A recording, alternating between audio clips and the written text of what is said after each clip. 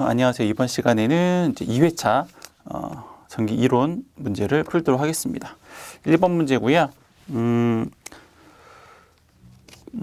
도선에 작용하는 힘이 얼마일까요? 네, 플레밍의 왼손 법칙에 대한 식이라고 이제 보시면 될 것 같아요. 그래서 플레밍의 왼손 법칙의 식은 F가 BLI의 사인의 세타 이렇게 이제 구하는 거죠.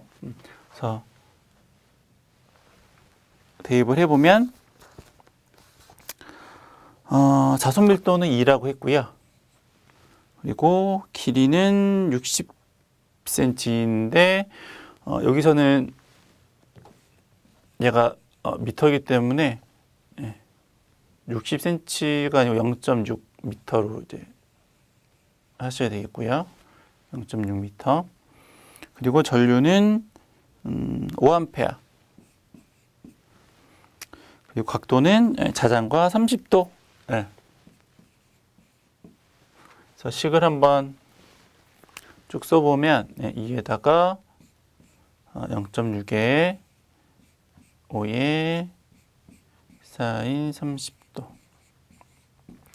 아니면 이제 요거를 60에다가 곱하기 10의 마이너스 2승 이렇게 하셔도 상관은 없어요. 똑같아요. 그 미터로 이제 변경을 하셔야 된다. 그것만 조금 주의하시면 될 것 같네요. 그래서 계산을 하면 3뉴턴이 되겠다라고 합니다. 계산기 여러분들이 한번 눌러보시고. 5, 6이 30이고 사인 30도가 2분의 1이니까는 나뉘어지면 1밖에 안 남으니까 그렇게 되겠네요. 넘어가시고 2번은 답이 2번이고요. 그냥 외우시면 되는 거고 3번은 y 결선 우리가 델타 y 결선은 워낙 많이 나오는데 그냥 정리를 다시 한번 하고 넘어가면 뒤에서 또 나올 테니까 y 결선 같은 경우에는 성간전압은 상전압보다 루트 3배가 크죠. 그렇죠? 그 대신에 전류는 선전류나 상전류나 똑같고 이렇게 되는 거죠. 델타 결선의 경우에는 전압이 똑같죠. 성간전압이나 아니면 상전압이나. 그 대신에 선전류는 상전류보다 루트 3배가 크다. 이건 이제 워낙 기본적으로 꼭 아셔야 되는 내용들이니까. 그래서 넘어가면 문제로 다시 돌아오시면 3번에서 성간전압이 380일 때 상전압이 얼마냐 이렇게 물어봤죠. 얘가 380일 때 얘가 얼마냐 이렇게 물어본 거잖아요. 그러면 상전압은 루트 3분의 선간전압이 되시기 때문에 380을 루트 3으로 나눈 게 답이 되겠다. 즉 그런 거겠죠. 그러면 220V 약 딱 떨어지진 않겠고요. 220V가 되겠네요. 그래서 우리가 3상 4선식에서 보시면 두 종류의 전압을 사용할 수 있죠. 보통 이제 전열 쪽에는 220, 전동기 쪽에는 380. 그래서 Y결선을 사용해서 그렇게 가능한 거죠. 4번 문제. 동선의 길이를 4배로 늘리면 저항은 처음에 몇 배가 되겠습니까?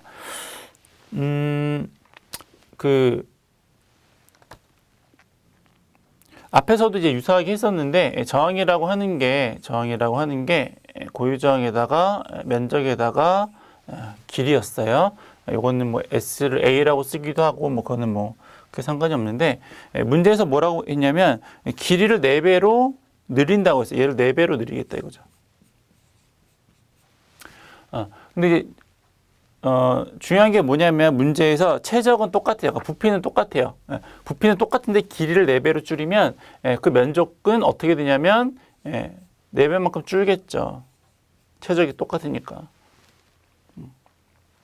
그럼 4분의 1 분의 4니까는 4, 4, 16이니까는 총 몇 배만큼이 되는 거냐면 16배만큼의 저항이 처음보다 16배만큼 저항값이 커지겠다. 이제 이렇게 보시면 될 것 같아요. 이제 이러한 관계가 있다라고 이제 보시면 될 것 같고요. 뭐 설명 이제 책에 다시 한번 돼 있으니까는 한번 읽어보시면 될 것 같아요. 잘 이해가 안 가시면 다시 한번 보세요. 최적은 일정하기 때문에 길이가 늘어난 만큼 면적이 이제 줄어들어서 이런 이제 관계가 된다라고 이제 보시면 될 것 같아요. 5번 황산구리용에게 10A의 전류를 60분간 흘렸죠. 이제 패러데이 법칙이라고 하는데 석출되는 이제 물질의 양에 대한 내용이고요.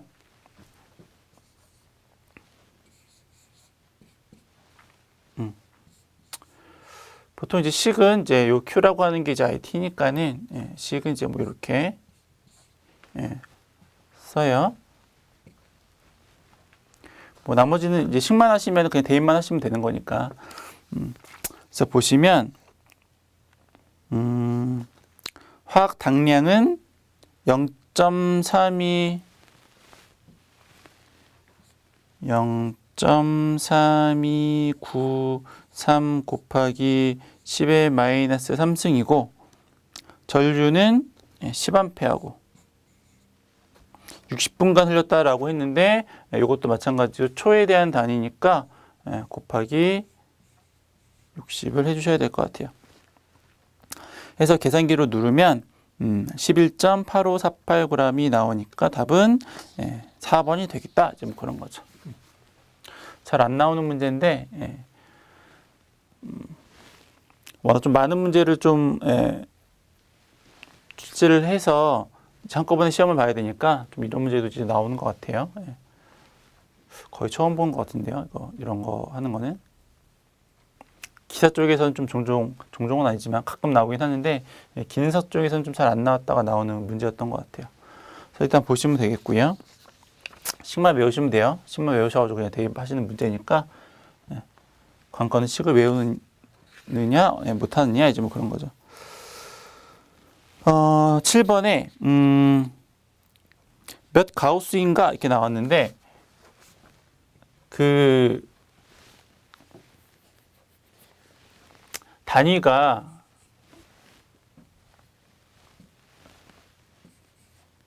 웨버 퍼 메타자승이라는 게 있잖아요. 요거는 이제 MKS 단위죠. 그렇죠? 미터하고 어떤 킬로그램 이런 거에 대한 단위고요. 지금 이제 바꾸라고 하는 거는 가우스에 대한 단위는 CMS에 대한 단위, CGS에 대한 단위예요. 센티미터 그램에 대한 단위이기 때문에 미터를 센티미터로 바꾸기 위해서는 10의 몇 승을 하시는 거냐면 여기 센티미터로 바꾸려면 10의 마이너스 미터가 10의 마이너스 2승인 거죠. 그러니까 미터는 센티미터로 바뀌면 10의 마이너스 2승이 더 들어가야 되는 건데 여기 밑에 보시면은 제곱이니까는 여기 이제 제곱이 들어가면 몇 승이 되냐면 10의 마이너스 4승이 되는 거죠. 근데 이게 분모에 있는 거잖아요. 그럼 이렇게 분자로 넘어오면 10의 4승만큼이 되다 보니까 요 1 웨버 퍼 메타자승에 대한 값은 CMS 단위로 바꾸는 가우스로 바뀌면 10의 4승 가우스로 이제 답이 그 단위가 이제 바뀌겠다 이제 뭐 그런 겁니다.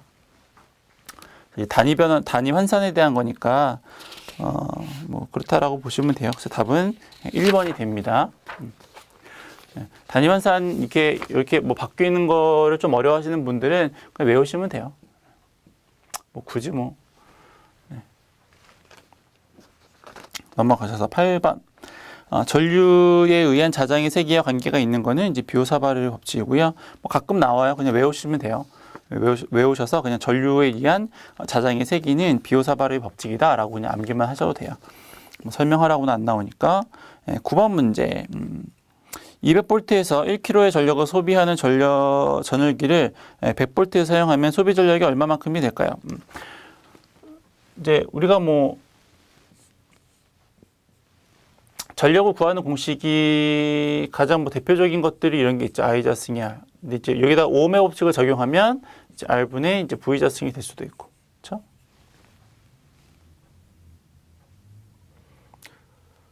또 하나가 VI죠. 그렇죠? 그래서 이제 요거를 좀 이제 일반적으로 많이 사용을 하는데 어쨌거나 I 자승 R이나 이제 R분의 V 자승으로 쓸 수가 있고요. 지금 우리가 이제 적용을 할 문제는 식이 이제 여기에 있어요. 요걸 이제 적용을 할 거예요. 왜냐면 전압이 나왔고요. 그 다음에 저항은 일정이야. 다른 부하를 사용하는 게 아니고 같은 부하의 전압에 대한 값을 바꾼 거기 때문에 요걸 이제 대입을 해서 구할 거예요. 그래서 이 전력은 R분의 V자승에 대한 값을 가지고 우리가 전력을 구할 수가 있는데 문제에서는 같은 부하에 걸리는 거니까 얘는 일정한 값이죠. 얘는 바뀌지 않아요. 그럼 결과적으로는 어떠한 식으로 정리가 할 수 있냐면 얘는 이제 전압의 자승하고 비례하는 관계라고 이제 식을 쓸 수가 있겠죠. 그래서 여기에 이제 의거해서 이제 문제를 풀 건데 1kg의 전력이죠. 단위가 와트로 물어봤으니까는 와트로 바꿀게요. 1kW면은 1000W죠. 근데 이 1000W였을 때의 전압이 얼마였냐면 얘 200V였어요. 비례하는 관계니까. 그러면 얘를 100V에서 사용을 한다면, 그렇죠? 100V죠. 100V에서 사용한다면 그때의 전력은 어떻게 될까요? 이렇게 물어보는 거죠. 제곱에 비례하는 관계가 있으니까 식을 이렇게 쓰시면 되고요. 그럼 얘하고 바꾸시면 되죠. 그럼 따라서 P는 전력은 여기 뒤집었으니까는 200에 100의 전체의 제곱에 곱하기 1로 넘어간 거니까 1000 이렇게 구하면 되겠네요. 그래서 계산기 누르시면 250 와트. 그쵸? 이렇게 날라가면은 4분의 1이니까는 4를 이제 1000으로 나누면은 250 이렇게 나오는 거니까 요런 이제 비례 관계로 푸는 건데 뭐 이 정도만 돼도 기능사에서는 좀 난이도가 있는 편이죠. 보통은 이제 제가 앞에서 풀었던 것처럼 그냥 기본 공식에 대입해서 푸는 문제인데 어쨌거나 조금 더 못하시겠으면 그냥 외우시면 되고요. 아니시면은 이 정도까지도 해두시면 좋을 것 같아요. 넘어가고 10번 문제입니다.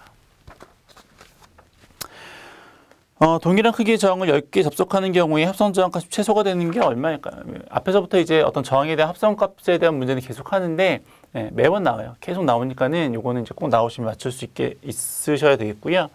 똑같은 저항에 대한 값을 직렬로 연결하는 경우랑 이제 병렬로 연결하는 경우랑 어떻게 되겠습니까? 값이 어떻게 되겠습니까? 라고 하는 건데 쭉 직렬로 연결하는 경우는 그 연결된 개수만큼 곱하면 되는 거죠. 그래서 만약 10개, 보통 이제 NR이라고 이렇게 많이 표현을 하는데, 만약에 10개를 연결했으면 그 저항값은 10배가 되는 거고, 20개를 연결했으면 그 저항값이 이제 20배가 되는 거죠. 병렬로 연결하면 어떻게 돼요? 병렬로 연결되면, 얘는 이제 곱하는 거지만 그 개수만큼, 얘는 이제 개수만큼 나누면 되는 거죠. 그래서 이제 이런 관계가 있다라고 이제 보시면 돼요. 똑같은 값이에요. 다른 값이 아니고 같은 저항을 직렬로 연결하느냐 병렬로 연결하느냐에 따라서 이제 이런 관계. 그래서 뭐 쉽게 이런 것도 있어요. 병렬로 연결했을 때 만약에 예를 들어서 이 5ohm짜리 두 개를 연결하면 얼마냐면 1이죠. 왜냐면 전체 값이 그 저항에 대한 값이 2였는데 걔를 개수만큼 나누는 거니까. 뭐 이런 것들이 있어요. 그래서 문제에서는 뭐라고 물어봤냐면 10개를 접속하는 경우에 합성저항의 값이 최소가 되는 접속은 어떻게 연결하는 거냐라고 이제 물어본 거기 때문에 병렬로 연결하는 게 가장 최소에 대한 값이다라고 이제 보시면 되겠죠. 가장 큰 거는 직렬로 연결하는 경우. 그래서 이제 그렇게 보시면 될 것 같고요. 1번은 콘덴서의 정전 용량에 대한 거는 이제 급한 거리에 반비례하죠. 뭐 거의 이제 식도 썼지만은 급한 거리 얘는 이제 아까 앞에서 투자율에 대한 게 나왔었는데 이건 이제 유전율에 대한 거고요. 그래서 이건 이제 진공 중의 유전율 이렇게 보시면 될 것 같고요. 그래서 면적이니까는 S. 그래서 이제 얘가 이제 급한 거리인데 급한 거리에는 반비례하고 면적에는 이제 콘덴서 용량은 이제 비례하는 관계가 있다. 이제 뭐 이렇게 보는 거죠. 그림으로 하면은 뭐 이렇게 얘가 급한 간격, 그러니까 면적이 S고, 그다음에 이제 이런 게 이렇게 요 사이를 이제 D라고 하면 급한 간격에는 반비례하고 그 면적에는 이제 비례하는 관계가 있다. 이렇게 이제 보시면 될 것 같아요. 그래서 옳지 않은 거는 이제 거리에 비례하는 게 아니고 반비례하는 거니까 답이 1번이 되겠고요. 12번 RC 병렬 회로에 대한 위상각이 얼마만큼이 될까요? 보통 이제 우리가 전기에서는 요 직각삼각형 굉장히 많이 써요. 그래서 이제 이렇게 돌리면은 코사인, 이렇게 돌리면은 사인, 이제 뭐 이렇게 되는 거고요. 그리고 이 밑변은 보통 이제 저항 아니면 요 이제 높이는 리액턴스 이렇게 많이 표현을 해요. 아니면은 뭐 유효 전력, 무효 전력 이렇게 표현을 하기도 하고. 어쨌거나 직각삼각형은 굉장히 중요한 내용이고요. 자, 문제에서 뭘 물어봤냐면 RC 병렬 회로의 이제 위상각이 얼마냐 이렇게 물어봤는데 직렬 회로라면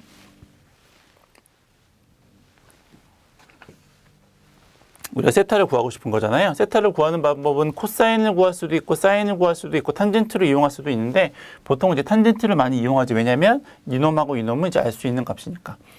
물론 임피던스를 이용할 수도 있지만 보통은 이제 저항과 리액턴스에 대한 관계로 탄젠트를 구한다라고 이제 보시면 되겠고요. 탄젠트는 밑변분의 높이라고 보시면 돼요. 그래서 보통은 이제 탄젠트 세타라고 하는데 세타라고 하는데 세타를 구하기 위해서는 나머지를 넘겨야 되기 때문에 세타에 대해서는 표현을 어떻게 하냐면 아크탄젠트다 이렇게 표현을 해요. 그래서 아크탄젠트에 이거분의 이거를 이제 하는 거죠. 그래서 R분의 리액턴스. 뭐. 근데 요건 이제 직렬일 경우고요. 직렬. 병렬일 경우에는 역수를 취하는 거기 때문에 얘는 R분의 1, 얘는 리액턴스 분의 1에 대한 값을 여기다가 이제 집어넣으시면 돼요. 똑같이. 근데 문제에서는 이제 리액턴스 값을 그냥 리액턴스라고 안 쓰고요. 용량성 리액턴스를 이제 그 얘기를 했는데 리액턴스에 대한 값이 우리가 두 개가 있죠. 유도성 리액턴스라는 게 있고 이제 용량성 리액턴스라는 게 있는데 유도성 리액턴스는 이제 코일에 해당하는 거고요. 보통 구하는 값은 오메가 L 이렇게 구하고 그다음에 용량성 리액턴스 같은 경우에는 이제 콘덴서 같은 경우인데 이건 어떻게 구하냐면 오메가 C분의 1로 구할 수가 있어요. 근데 문제는 R하고 요 콘덴서 용량성 리액턴스에 대한 관계를 물어봤으니까 요 리액턴스 대신에 뭐가 들어가는 거냐면 오메가 C분의 1이 들어가요. 근데 오메가 C분의 1분의 1이니까는 얘는 한번 뒤집어질 거겠네요. 그러면 결과적으로는 그냥 오메가 C라고 볼 수도 있겠고요.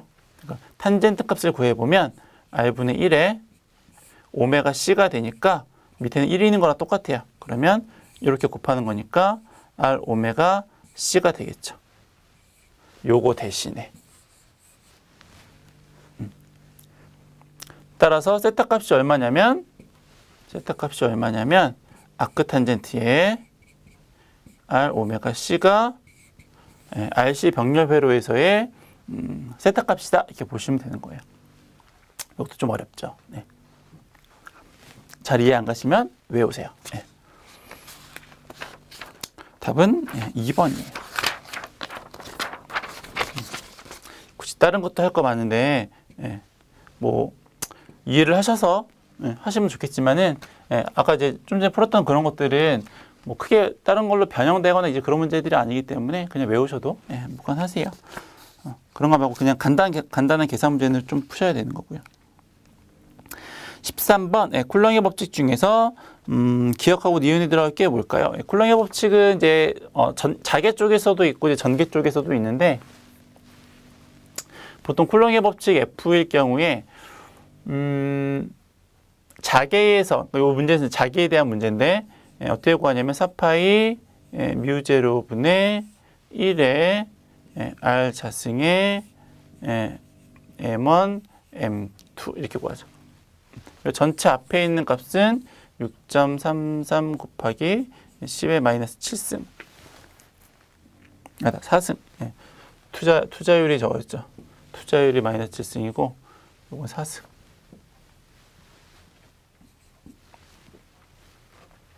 이게 이제 쿨롱의 법칙이고,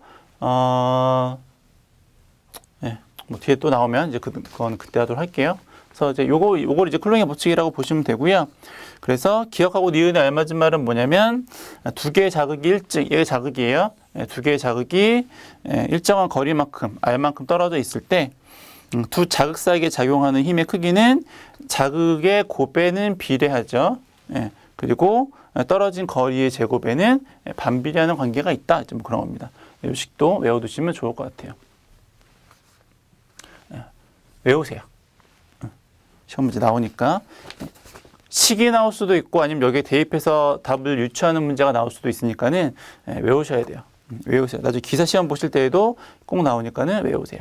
쿨롱의 법칙은 중요해요. 14번. 네. 환상 솔레노이드가 있다. 네. 환상 솔레노이드가 있을 때에 자기의 인덕턴스에 대한 값은 얼마일까요? 이렇게 물어보는 거죠. 인덕턴스 문제 물어보는 문제가 보통은 이렇게 많이 안 나오는데, 네, 뭐 나왔어요. 네.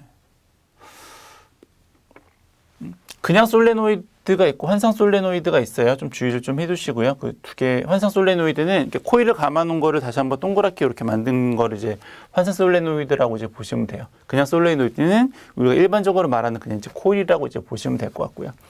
어쨌거나 이제 그렇게 환상 솔레노이드가 있는데 그거에 대한 자기 인덕턴스에 대한 값이 얼마일까요? 그래서 이제 구하시는데 구하는 공식은 L에다가 뮤에다가 S에다가 권수의 자급 이렇게 해서 이제 구하시는 거예요. 또 이제 식을 외우셔가지고 이제 대입을 하시는 거니까 보니까 단위를 좀 잘 보셔야 되는데 단면적이 4cm 4제곱센티미터가 나왔으니까 요거는 단위가 미터에 대한 단위이기 때문에 요 센티미터를 메타로 바꾸셔야 되는데 미터로 바꾸실 때 보통 그냥 센티미터를 미터로 바꿀 때는 10-2승이거든요.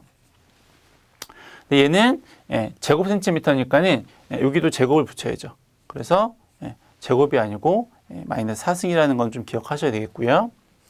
그리고 평균 길이는 50cm. 얘도 50인데 센티미터니까 미터로 바꿔야죠. 마찬가지로 10에 마이너스 2승.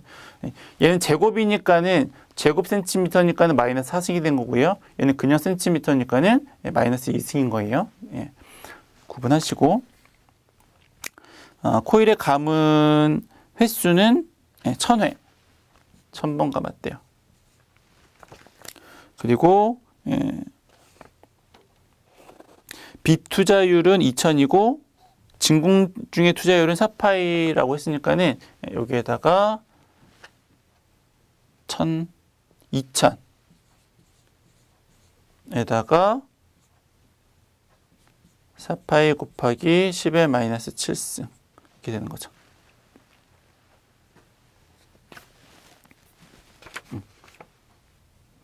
앞에서 이 투자율에 대한 거 했었어요. 이 투자율이라고 하는 거는 진공 중의 투자율하고 이제 비투자율에 대한 곱이니까 요거는 이제 비투자율을 한 거고요. 요거는 이제 진공 중의 이제 투자율을 이제 계산을 한 거죠. 그래서 식을 한번 쭉 다 써보면 그래서 어떻게 될까요? 라고 하는 건데 그러면 2000에다가 곱하기 4파이 곱하기 10의 마이너스 7승에다가 4 곱하기 10의 마이너스 4승에다가 1000의 제곱 빼 50의 10의 마이너스 2승. 이걸 이제 계산기로 누르시면 되겠죠. 자, 빠진 거 없죠? 그렇게 해서 계산을 해 보시면 여기서 계산기로 누르시면 되는데 그러면 얼마가 나오냐면 약 2헨리가 나온대요.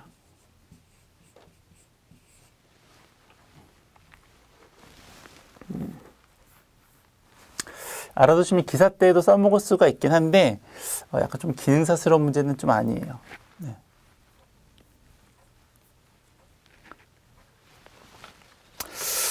제가 답은 1번이고 15번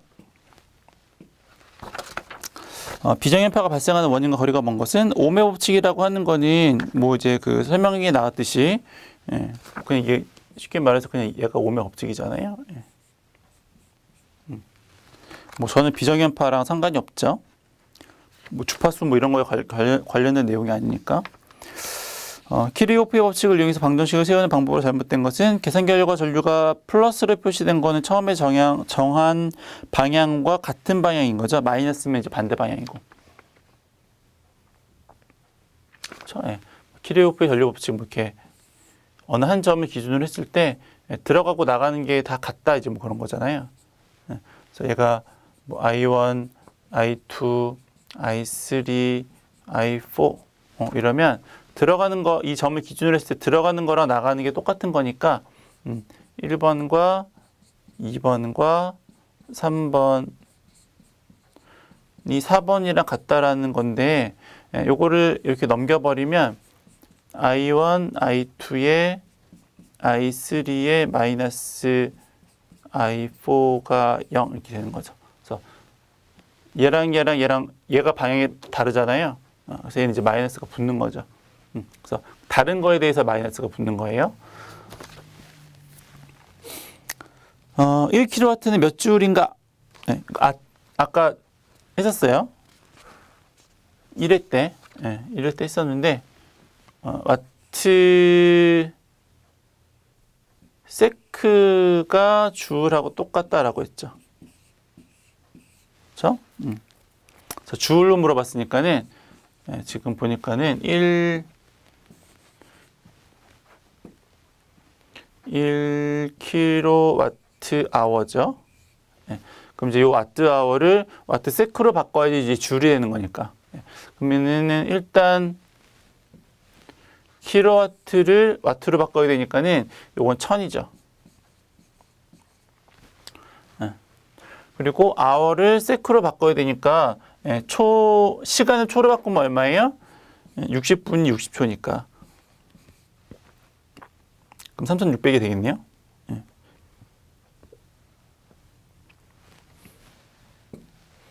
그래서 1000 곱하기 60 곱하기 60이 이게 줄이 되는 거죠.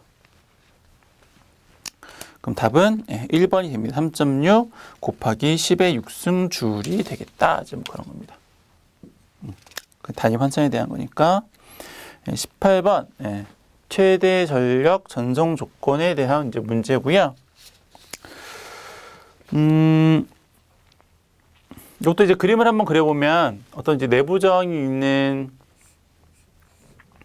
어떤 전원이 있는데 여기에다가 이제 부하 저항 값을 이제 연결을 하는 거죠. 부하 저항을 연결을 했어요. 요거는 스몰 r이라고 하고 부하는 이제 대문자 r이라고 하죠.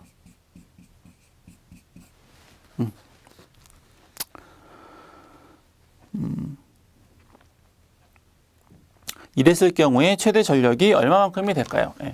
최대 전력, 그러니까 이러한 이제 관계가 있을 때, 요 내부 저항과 외부의 부하 저항이 서로 같을 때가 최대 전력 조건이에요. 문제에서는 친절하게 조건이 서로 이제 두 개가 같을 때다라고 이제 얘기를 했는데, 굳이 얘기를 하지 않아도 이 내부 저항 값과 외부 저항 값이 같을 때가 최대 전력에 대한 값이 그 조건이고요.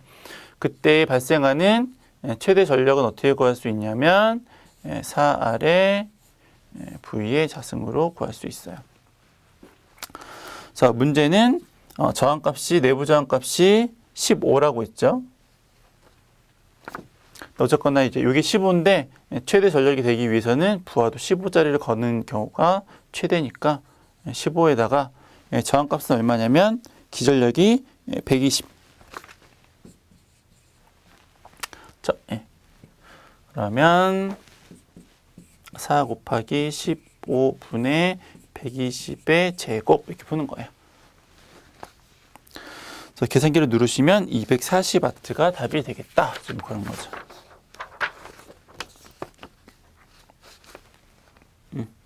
그래서 2회차에 해당하는 전기 이론에 대한 문제를 모두 풀어보았습니다.